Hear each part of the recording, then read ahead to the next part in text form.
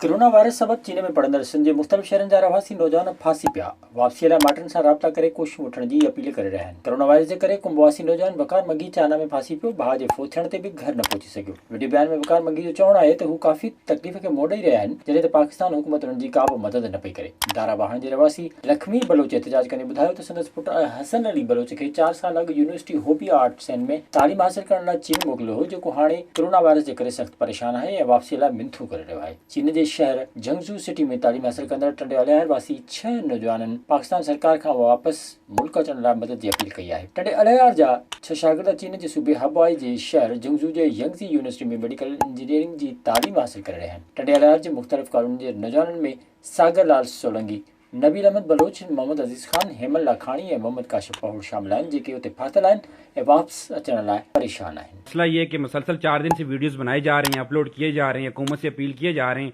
आज 4 दिन के बाद ज़फ़र मिर्ज़ा साहब का बयान आता है, हेडलाइन आती है कि पाकिस्तान के जितने भी खौफज़दा तालिब इल्म वुहान शहर के या उस चाइना के अंदर मौजूद हैं, वो वहाँ पर ही रहें, उनको वहाँ से नहीं निकाला जाएगा।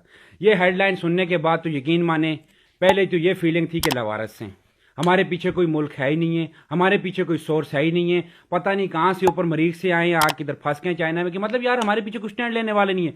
इस बात से क्या हम इंडिकेट करेंगे? यार सिंपल, हम लवारस हैं, हमारे पीछे कोई मुल्क नहीं है। मैं उनकी मिन्नतें करता हूँ कि यार काइंडली हमें यहाँ से जल्द अज जल्द निकाला जाए, हम आपके बहुत मशहूर होंगे। पाकिस्तान आर्मी बस ये मेरा आखिरी सहारा है। सर काइंडली मेरी ये वीडियो को, मेरी आवाज़ को पाकिस्तान आर्मी तक पहुँचाएँ, और हमें इस वक्त पाकिस्तान आर्मी के अलावा कोई अपना सहारा नहीं नज़र आ रहा। हम बेयारो मददगार हैं पाकिस्तान आर्मी के बगैर।